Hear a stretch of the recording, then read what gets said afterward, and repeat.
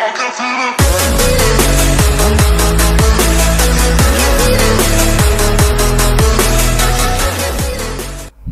Students, अस्सलाम वालेकुम, welcome two famous skills. तो स्टूडेंट्स, आज हमारी माइक्रोसॉफ्ट एक्सेल की क्लास नंबर 19 है एंड आज की इस वीडियो में हम सीखने वाले डेटा टैब को कि यहाँ पे जो ये डेटा टैब है ये कैसे, इनके जो ऑप्शन है ये क्या काम करते हैं। तो सबसे पहले यहाँ पे आपको गेट डेटा मिल जाएगा, ये 2019 में है, ठीक है। यहाँ पे जैसे आप क्लिक करेंगे तो यहाँ पे आपके सामने बहुत सारे ऑप्शन शो हो जाएंगे। सबसे पहला जो ऑप्शन है फ्रॉम फाइल, यहाँ से आप कोई भी अपना वर्कबुक यहाँ पे इंसर्ट कर सकते हैं माइक्रोसॉफ्ट एक्सेल में। एंड यहाँ पे टेक्स्ट CSV भी आप यहाँ पे इंसर्ट कर सकते हैं। एंड XML की कोई फाइल है वो आप इंसर्ट कर सकते हैं माइक्रोसॉफ्ट एक्सेल में। एंड यहाँ पे JSON के कोई फाइल अगर आप इंसर्ट करना चाहते हैं तो आप यहाँ पे इंसर्ट कर सकते हैं। एंड फोल्डर भी अगर कोई आप इंसर्ट करना चाहते हैं तो यहाँ से आप इंसर्ट कर सकते हैं। इसके बाद है हमारे पास डेटाबेस की कोई फाइल अगर आप अटैच करना चाहते हैं तो एक्सेस। इसके बाद है हमारे पास फ्रॉम डेटाबेस, अगर आप कोई भी एक्सेस की कोई फाइल यहाँ पे इंसर्ट करना चाहते हैं तो यहाँ से आप इंसर्ट कर सकते हैं। एंड यहाँ पे बहुत सारे ऑप्शन है, आप यहाँ से कोई भी फाइल यहाँ पे माइक्रोसॉफ्ट एक्सेल में इंसर्ट कर सकते हैं। तो यहाँ पे सबसे पहले जो है हमारा फ्रॉम वर्कबुक, यहाँ पे कैसे इंसर्ट करते हैं मैं आपको एक तरीका बता देता हूँ, बाकी आप खुद देख लें, ठीक है। आप यहाँ पे अगर कोई भी चीज समझ में नहीं आती आप मुझे कमेंट्स कर सकते हैं, मैं आपको फिर बता दूंगा। अब यहाँ पे देखें मेरे पास, यहाँ पे मैं डेस्कटॉप ले आता हूँ एंड यहाँ पे मैं बुक 1 को सिलेक्ट करता हूँ, इंपोर्ट कर देता हूँ, ठीक है। तो यहाँ पे देखें ये मेरे पास इंसर्ट हो रहा है, ठीक है।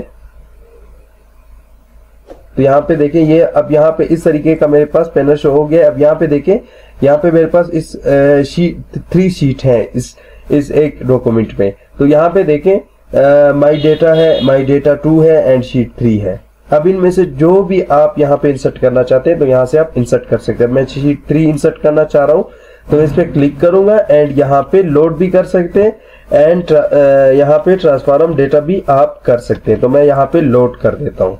तो जैसे मैं लोड करता हूँ तो यहाँ पे देखिए यहाँ पे मेरे पास आ चुका है, ठीक है। यहाँ पे देखा डेटा मेरे पास इंसर्ट होके आ चुका है। उस डेटा में मेरे ख्याल से कुछ भी नहीं था तो यहाँ से मैं दोबारा से इसको मैं डिलीट कर देता हूँ।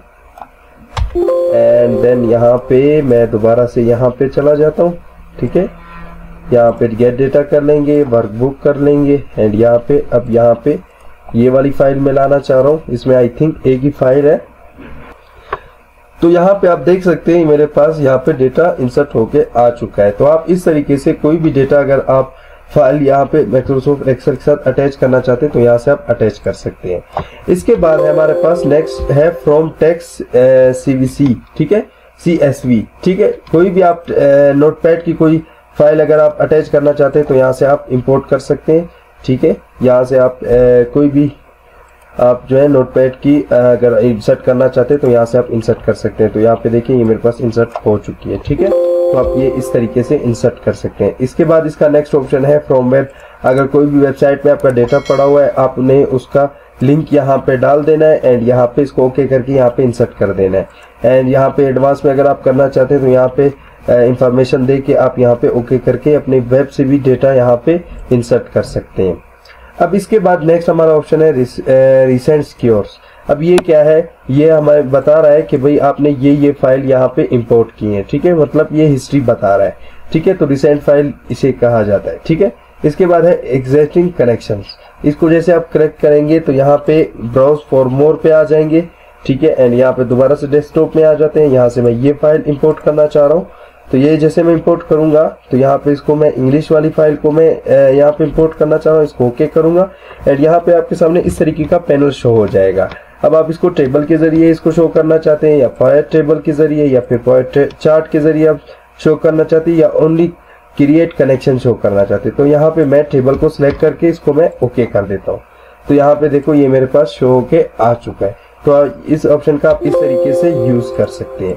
अब यहाँ पे जो इसका नेक्स्ट ऑप्शन है रिफ्रेश ऑल, ये जो है आपका यहाँ पे जो भी डेटा आप इंपोर्ट करेंगे अगर आप उस फाइल में दोबारा से आप जो है कोई भी चेंजिंग करते हैं तो यहाँ पे ऑटोमेटिक यहाँ पे चेंज हो जाएगा, ठीक है। अगर चेंज नहीं होता तो आप यहाँ से रिफ्रेश ऑल करेंगे। जैसे रिफ्रेश ऑल करेंगे तो वो ऑटोमेटिक यहाँ पे चेंज हो जाएगा। इसके बाद है क्वेरी कनेक्शन, यहाँ पे आपको क्वेरी कनेक्शन नजर आ जाएंगे। शीट 3 है, इंग्लिश है, यहाँ पे आपको क्वेरी कनेक्शन नजर आ जाएंगे। इसके बाद है शॉर्ट, यहाँ पे A to Z and Z to A। अब ये क्या काम करता है, अब यहाँ पे देखें, मैं यहाँ पे कोई भी दूसरी फाइल मैं यहाँ पे ओपन कर लेता हूँ, ठीक है।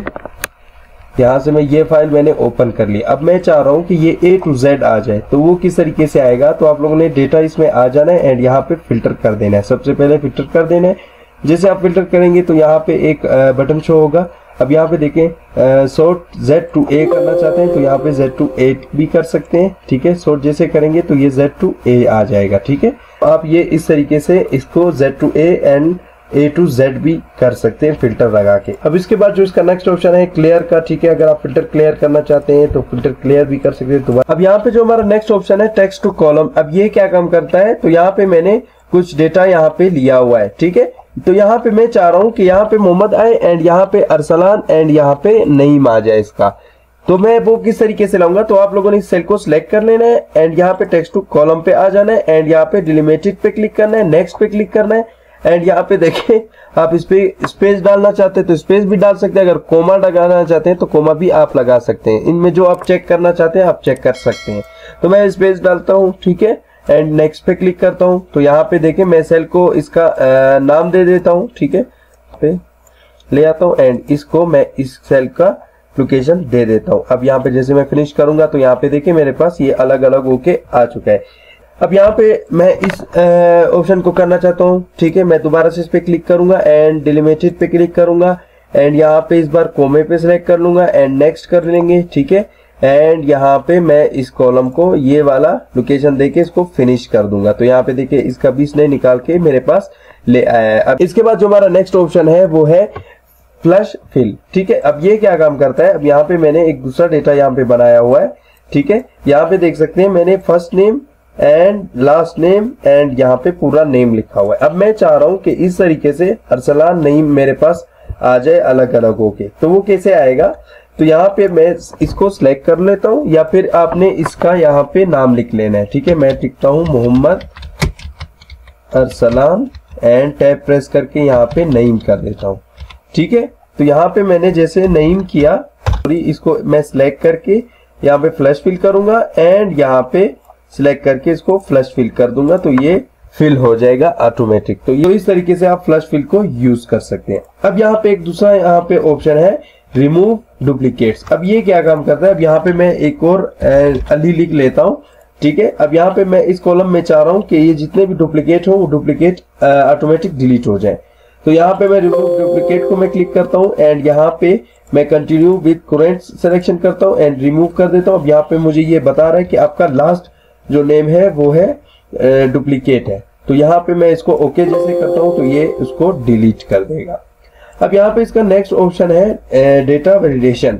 अब ये बड़ा मजे का ऑप्शन है। यहाँ पे देखें मैं इस टेबल को सिलेक्ट कर लेता हूँ, ठीक है। सबसे पहले आप लोगों ने सिलेक्ट कर लेना एंड यहाँ पे आ जाना है।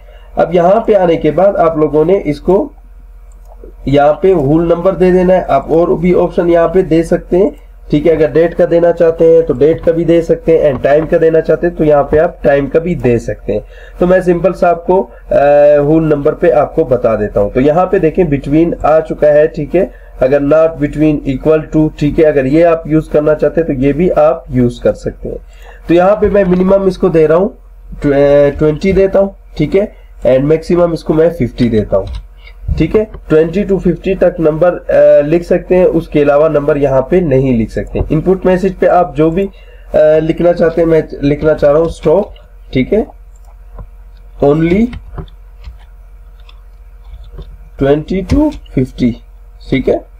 तो आपने इसको यहाँ पे मैसेज दे देना है। एंड का अगर आप कोई चीज यहाँ पे लगाना चाहते हैं, यहाँ पे वार्निंग का लगा सकते हैं, इंफॉर्मेशन का लगा सकते हैं।